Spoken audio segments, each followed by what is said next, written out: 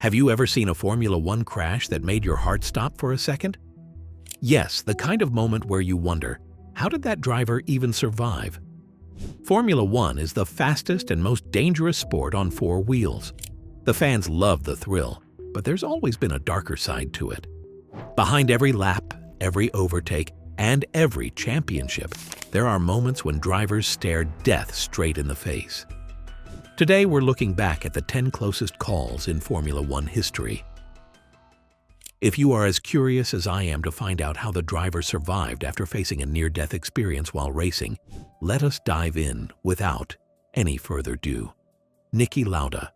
In 1976, at the infamous Nürburgring, Formula One saw one of its darkest moments. The world champion, Niki Lauda, crashed his Ferrari on just the second lap. His car slammed into an embankment, bounced back, and burst into flames instantly.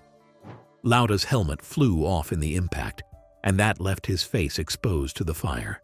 He was trapped by his seatbelts and was surrounded by an inferno. By seeing this, other drivers, Arturo Merzario, Brett Lunger, Guy Edwards, and Harald Ertl, stopped their own races and ran into the flames to pull him out. Lauda suffered horrific burns to his head and hands, and toxic smoke badly damaged his lungs. Many thought he wouldn't survive. He even received the last rites in the hospital. But Lauda wasn't ready to give up. Just 6 weeks later, he returned to race at Monza. He finished fourth that day, which wasn't just a result. It was proof that Niki Lauda had a will stronger than fire itself. His survival became a defining story of Formula One's history. Mika Häkkinen. Well, if you thought that was horrific, let me tell you about the crash of Mika Häkkinen. This happened in Adelaide in 1995. The accident was the kind that could end a life in an instant. A tire puncture sent his McLaren hurtling out of control at over 200 kilometers per hour. His car smashed into the barriers with terrifying force. The impact fractured his skull and blocked his airway. At that moment, his life hung on seconds. F1's chief doctor, Professor Sid Watkins, rushed to his side and performed an emergency tracheotomy right there at the track, cutting into Häkkinen's throat to clear his breathing. Unfortunately, Häkkinen slipped into a coma, and many doubted that he would ever recover from this. But after months of painful treatment, he came back. And not only did he return, he went on to become a two-time world champion in 1998 and 1999. His story showed how determination can work in racing games like this. Juan Manuel Fangio. As we all know, before modern safety gear, racing was pure danger. Fangio, one of the greatest drivers in history, nearly lost everything in 1952. He had missed a flight and drove all night just to make it to Monza. He was exhausted and barely awake. But he started the race from the back. But on the second lap, fatigue caught up, and he lost control. His car flipped violently and he was thrown from the cockpit. Fangio's injuries were severe. He broke his neck, leaving him unable to move his upper body properly. Many believed his career was finished, but Fangio's spirit was unbreakable. After a year of recovery, he came back stronger, winning 4 straight world championships from 1954 to 1957. His story became a chapter where he proved his resilience. Felipe Massa. In 2009, a freak accident reminded everyone that danger can come from anywhere. Well, during qualifying, a suspension spring from Rubens Barrichello's car flew through the air and struck Felipe Massa's helmet at nearly 162 miles per hour. The impact knocked him unconscious instantly. His Ferrari shot off the track and smashed into the barriers. The images of his helmet with a huge dent where the spring hit shocked the world. Massa was rushed into surgery with a fractured skull. His life was in real danger, but he survived, recovered, and returned to racing the very next season. This crash triggered new safety developments in F1. Years later, the Halo device was introduced. Yes, a system that has already saved lives. Martin Brundle. Well, Martin Brundle's rookie season in 1984 almost ended in tragedy. His car suffered a tire failure at high speed and slammed into a concrete wall during practice in Dallas. The crash destroyed the car, and Brundle was left with horrific injuries. Both ankles and feet were shattered. The doctors even considered amputating his left foot. His season ended there, and his future looked grim.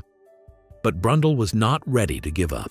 After multiple surgeries and months of rehab, he returned to Formula One. Although the injuries left him with permanent damage, he still built a career that spanned years. Johnny Herbert.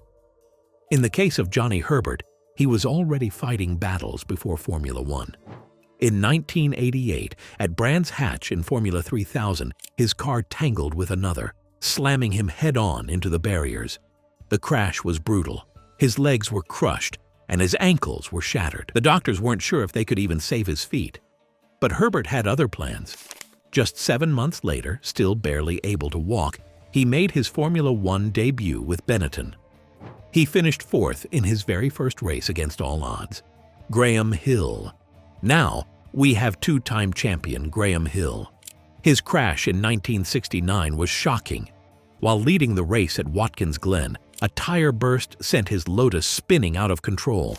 The car cartwheeled into an embankment, and Hill was thrown from the cockpit.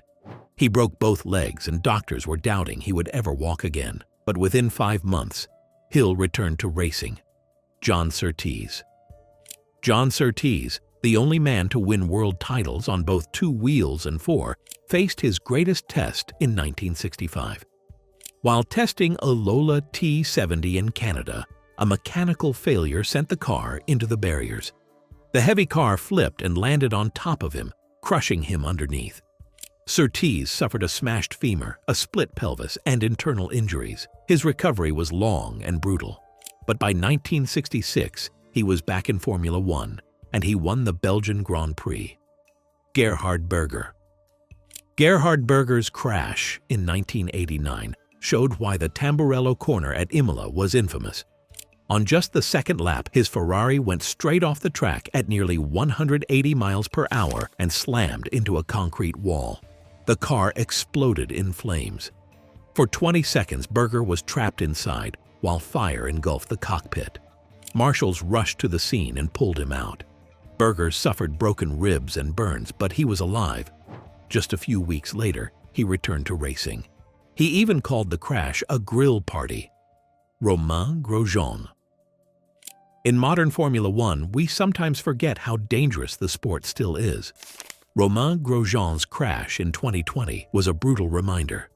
On the first lap, his Haas collided with Daniil Kvyat's car and was veered into the barriers at 192 kilometers per hour and was split in half. The car burst into a massive fireball. Grosjean was trapped inside the flames for 27 seconds. Fans feared the worst during that time, but somehow he climbed out with one shoe missing and ran away from the wreckage. He suffered burns and a broken ankle, but he survived. The halo device saved his life. Grosjean himself admitted that it was the halo that allowed him to walk away. From Fangio in the 1950s to Grosjean in 2020, Formula One has seen terrible crashes that could have ended lives in seconds. But drivers have fought back and survived all these accidents. These closest calls remind us of 2 things. Yes, the danger of the sport and the unbreakable spirit of the people who race. What do you think about these guys? Which of these stories shocked you the most? Let me know in the comments. If you enjoyed watching this video, don't forget to show us your love by giving us a thumbs up.